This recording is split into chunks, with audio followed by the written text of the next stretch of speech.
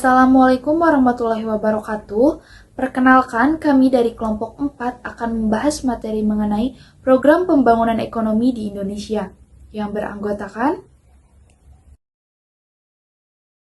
Pembangunan ekonomi di Indonesia dapat diartikan sebagai suatu proses kenaikan pendapatan total dan pendapatan per kapita dengan memperhitungkan adanya pertumbuhan penduduk dan disertai dengan perubahan fundamental dalam struktur ekonomi suatu negara dan pemerataan pendapatan bagi penduduk suatu negara. Pembangunan ekonomi di Indonesia didukung dengan penggunaan teknologi, penanaman modal, peningkatan keterampilan, penambahan pengetahuan, serta kemampuan organisasi. Terdapat beberapa elemen penting dalam pembangunan ekonomi di Indonesia, yaitu pertumbuhan ekonomi, pemerataan pendapatan, peningkatan kualitas sumber daya manusia, pengembangan infrastruktur, dan pengembangan sektor ekonomi. Contoh program pembangunan ekonomi di Indonesia berbasis pengembangan wilayah, khususnya transformasi infrastruktur adalah prioritas program atau proyek infrastruktur, yaitu melalui Proyek Strategi Nasional atau PSN. Proyek Strategi Nasional adalah proyek-proyek infrastruktur pemerintahan Presiden Joko Widodo yang skala proyeknya bersifat strategis untuk meningkatkan pertumbuhan ekonomi, pemerataan pembangunan, kesejahteraan masyarakat, dan pembangunan di daerah. Pemerintah Indonesia mendorong pengembangan PSN prioritas di berbagai wilayah untuk memeratakan pembangunan ekonomi di Indonesia.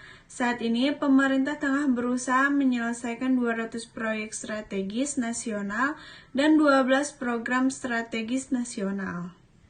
Dalam Peraturan Menteri Koordinator Bidang Perekonomian RI Nomor 7 Tahun 2001 tentang perubahan daftar proyek strategis nasional, terdapat 208 proyek dan 10 program PSN 2020-2024. Pembangunan bendungan dan irigasi menjadi proyek terbanyak, yakni 57 proyek, disusul jalan dan jembatan 56 proyek, dan pembangunan kawasan sebanyak 19 proyek. Tujuan dari PSN adalah proyek dan program yang dilaksanakan pemerintah pusat, pemerintah daerah, dan badan usaha yang bertujuan untuk meningkatkan pertumbuhan serta pemerataan pembangunan dan kesejahteraan masyarakat.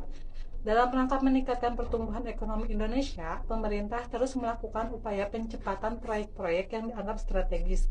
Keberadaan proyek strategis nasional atau PSN berkontribusi terhadap upaya percepatan pertumbuhan tersebut.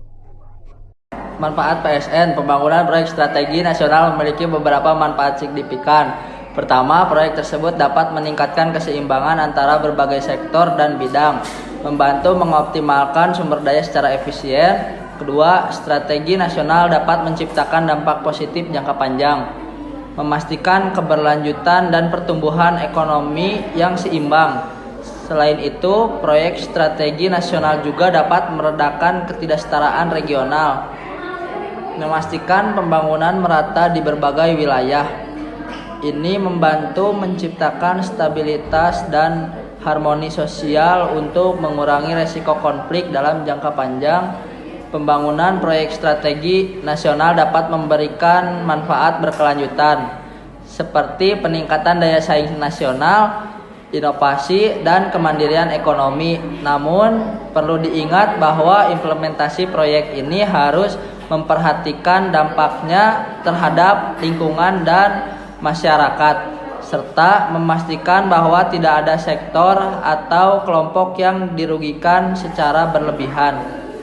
Pemantauan dan evaluasi yang cermat juga diperlukan untuk menyesuaikan dan meningkatkan efektivitas strategi nasional seiring berjalannya waktu. Baik, selanjutnya pelaksana PSN. PSN dilaksanakan oleh pemerintah pusat, pemerintah daerah, dan atau badan usaha yang bersumber dari anggaran pemerintah dan atau non-anggaran pemerintah.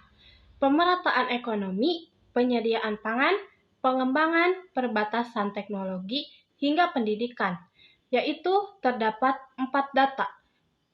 Yang pertama, ada 13,3% data yang kedua 13,3%, data yang ketiga 33,3%, dan data yang terakhir 40%. Selanjutnya, kaitan ekologi administrasi dengan PSN.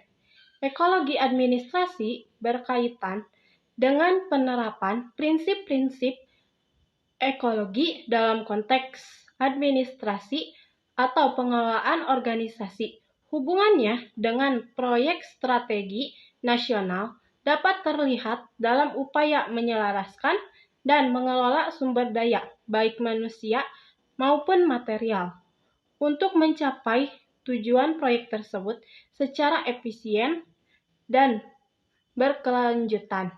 Dengan menerapkan prinsip-prinsip administrasi ekologi, pihak-pihak yang terlibat dalam proyek strategi nasional dapat meminimalkan dampak negatif, memaksimalkan sinergi, dan menjaga keseimbangan dalam proyek tersebut. Baik, selanjutnya akan dilanjutkan oleh rekan saya. Manfaat proyek strategis nasional untuk ekologi administrasi.